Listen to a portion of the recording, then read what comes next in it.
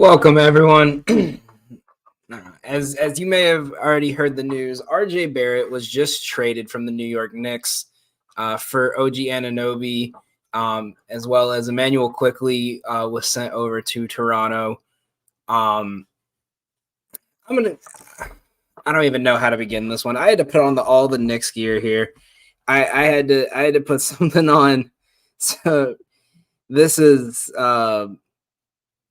God, I hated this trade. It's one of those the Knicks had to do it, and I think that's the sad thing about it is this trade had to include Quickly, and it just happened to be the season where we could have got him on an extension. But let's break this down. God, Scott Perry better be a genius for this move. It's a good move on both parts, but it just as someone who was waiting for RJ just to break free, it was just excited for what Quickly's been doing. It hurts. Now, let's go on the Toronto side of this one, or let's start with the Knicks side of this one. So the Knicks give up RJ. RJ was their third draft pick. It was a big thing they needed for him to kind of be. They wanted him to be the man, and then Randall and Brunson became the man, and they needed someone to be a consistent third scorer, and he has been. But at times when he's needed to be the man, he hasn't been there this year. If you look at, he's only put up he put up 20 or more in the first 3 games of the season, or in the last 3 games in December, and then since he just kind of went on and off. He had that stretch at the beginning of the season where again he went off, and then he just had 2 or 3 nights where the ball just could not go in. He was just too streaky. He wasn't consistent, and it almost felt like we were just waiting for him to catch fire and realize something, and it just wasn't happening. Like his 3-point numbers for the season, he's averaging 30% from 3. That's not what you want. Everyone's been wanting more of him.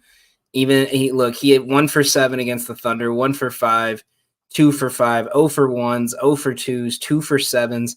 He hasn't had many nights where the shots have just been consistently going down, and a lot of these teams are knowing that the way the system's run, if you don't let him get his shots up, if he's struggling, he's just going to keep shooting, and so it just had to be done. I hate it. I didn't want it to happen, but I think it's good for him to get a fresh start. I think that's really just what he needs, especially in his home country. I think he'll thrive there. He's still got about, I think, 3 or 4 years left on his contract. I'm looking that up while we talk about Quickly. Let's see. 4-year. He's got a contract that goes through 2027, so they have him locked up. So that, and Emmanuel Quickly getting sent over as well was a tough move, but I think it had to be done. It's something that Knicks fans did not want to happen. Everyone loved Quickly. The way he played off the bench, the way he filled in when needed, and the way he just almost at will could dominate for someone that small was always big. But they could not sign him to a contract extension this offseason with the potential of him going in as a restricted free agent. I think they all knew it was just easier to let him go, get something back, and in return, they got back OG Anunoby, Precious Achiuwa, and Malachi Flynn. Now, Anunoby, I am worried about because you're losing between Quickly and RJ, you're losing 33 points a game. You have a guy that's scoring 18 and a guy that's scoring 15 for a guy that's scoring 15 and a guy that's scoring 7 a game. Now, obviously, it could be different on the Knicks, but Anunoby is a great defender. He's a better defender than RJ.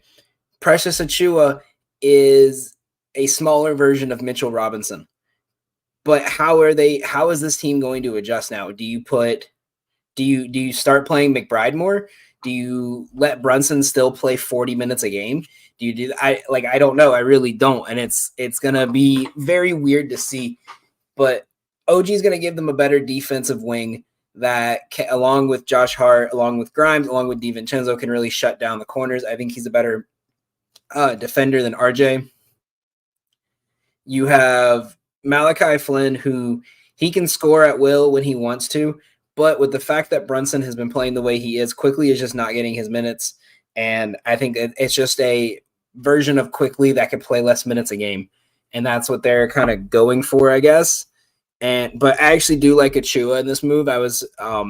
I personally wanted Achua if they were going to make this trade because, as I said, Achua is a smaller version of Mitchell Robinson. He's Randall's height with the rebounding ability of Mitchell Robinson and Hartenstein. You can play him in the 4 role with Hartenstein, kind of like Obi Toppin. You could play him in the 4 if you need to play small. You could play him in the 5. He's very flexible with that. And in 15 minutes a game, he's averaging 7, 5, and 2. But in his last 10, he's been playing fairly solid this year. 7, 5, 2 with a half a block, half a steal a game in limited minutes behind Pirtle and Siakam. I'm hoping this is going to be a good move for them. But on the Raptors side of this, the Raptors have gotten a better score. I feel like this team just didn't have a guy that was willing to be that top scorer and that guy. Now, Scotty Barnes is putting up 30. Siakam was putting up 30 the other night.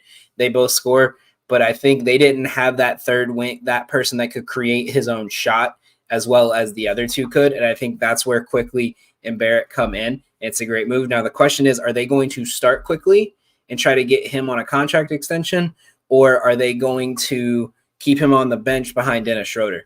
Schroeder's been good in both roles this year, so I'm really curious to see kind of what they do with that. But at the end of the day, this is a good move for the Raptors. I think they won this trade personally because now they're getting a guaranteed started 4 right now of Siakam, Scotty Barnes, RJ Barrett, and Emmanuel Quickly. Now, if they can get Quickly to sign an extension, I know there's talks about them trading Siakam. If they trade Siakam and they get another piece or two back, a younger piece or two, they're going to be solid. But I think this is a team that it may not compete this year, but if they can re-sign Quickly and make him the starting point guard by next year, I think they can compete for top 5, top 6 in the East. So that's interesting to see. But we will have to see. These two teams play in less than a month in New York. So that's going to be an interesting game. That's going to be a big matchup that I'm going to watch. So stay tuned for that. Stay tuned for more updates as well. Thank you, guys.